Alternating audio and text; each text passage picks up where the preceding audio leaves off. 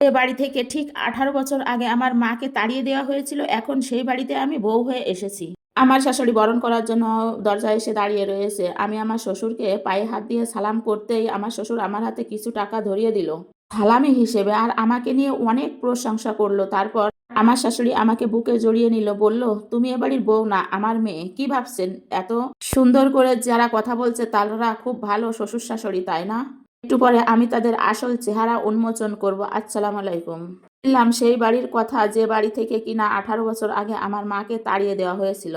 আমার শাশুড়ি আমাকে হাত ধরে টেনে বাসর ঘরে নিয়ে গেল। বাসর ঘরে ফাঁকার মাঝখানে গিয়ে বলল, তুমি এখানে বসো, তোমার জন্য কিছু খাবার নিয়ে আসি।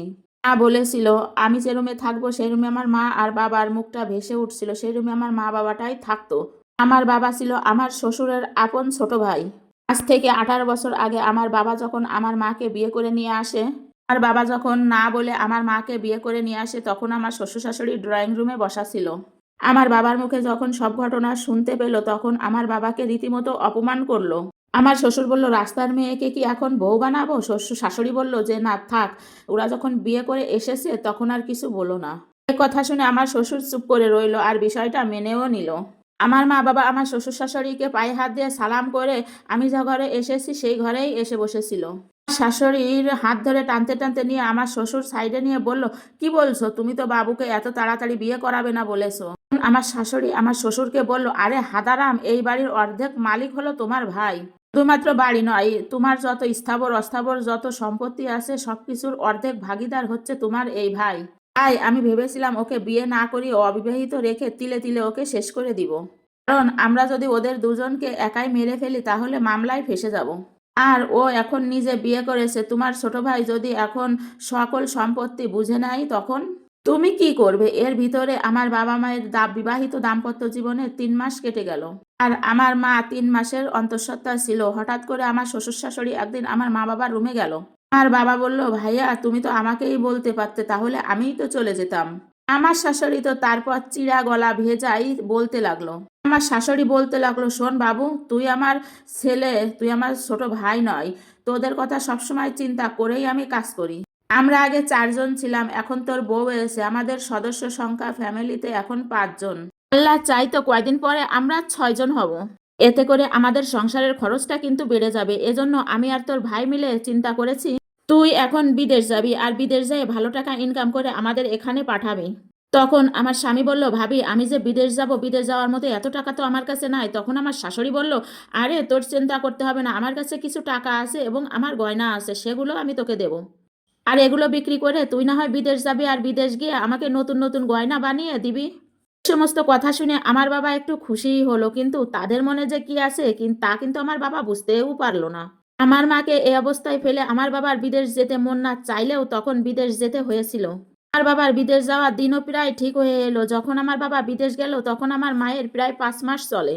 তখন আমার বাবা আমার মাকে ভাবির হাতে দিয়ে বলল যে, ভাবি একে তোমাদের হাতে দিয়ে এবং তোমাদের ভরসায় কিন্তু আমি এখন বিদেশ যাচ্ছি। আমি একে তোমার কাছে আমানত হিসাবে রেখে যাচ্ছি। আমার অনাগত সন্তানটাকে তোমরা সবাই দেখে রেখো। এরপর অনেক দিন হয়ে গেল। এরপর আমার মা খেয়াল করলো রাত্রে অনেক জোরে সোরে আওয়াজ হচ্ছে। তখন আমার মা স্তম্ভিত হয়ে আশেপাশে তাকাচ্ছে। এদিকে আমার শ্বশুর শাশুড়ি অনেক চিৎকার করছে। আমার মা দেখলো আমার শাশুড়িটা ক্যামেরাটা অন করে ধরে রেখেছে। আর ঘাড় কাত করে যখন পেছনে তাকালো তখন দেখলো কাজের ছেলেটা আমার মায়ের পেছনে শুয়ে আছে। তখন আমার শাশুড়ি খুঁটা দিতে দিতে আমার মাকে বলল, আর তোমার স্বামী বিদেশ গিয়েছে 1 মাস হয়নি, এখনই এই অবস্থা?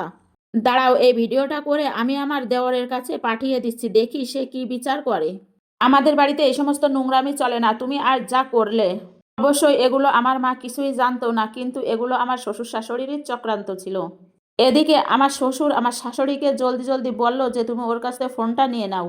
আমার শাশুড়ি আমার মায়ের কাছ থেকে জলদি করে ফোনটা নিয়ে নিল, যাতে আমার মা পরে ফোন করে আমার বাবাকে কিছু জানাতে না পারে।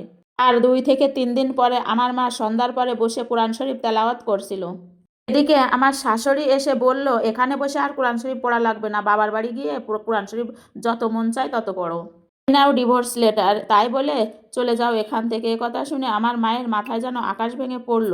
আমার মা বলল, এসব কি বলছেন? আমার স্বামী আমাকে কখনোই ডিভোর্স দিতে পারে না। আমার মা বলল, আমি একটু আমার স্বামীর সঙ্গে কথা বলতে চাই, প্লিজ একটু ফোনটা দিন। এদিকে আমার শ্বশুর এসে বলল, তুমি যে পাপ করেছো এই পাপের কথা শুনে তোমার সঙ্গে আমার ভাই এক দণ্ডও কথা বলতে রাজি নয়। তোমার মুখও দেখতে চায় না, তোমার গলার কণ্ঠের স্বরও শুনতে চায় না। যদি সে তোমার কণ্ঠস্বর শোনে তাহলে সেখানেই সে আত্মহত্যা করবে, আর এখানে আসবে তার লাশ। তারপর আমার মা আর কোনো কথাই বলল না, চুপচাপ এক কাপড়ে ঘর থেকে বেরিয়ে গেল। এই গল্পের পরের পার্ট জানতে চাইলে কমেন্ট করে জানাবেন, নিশ্চয়ই আমরা সেটা নিয়ে ভিডিও তৈরি করব।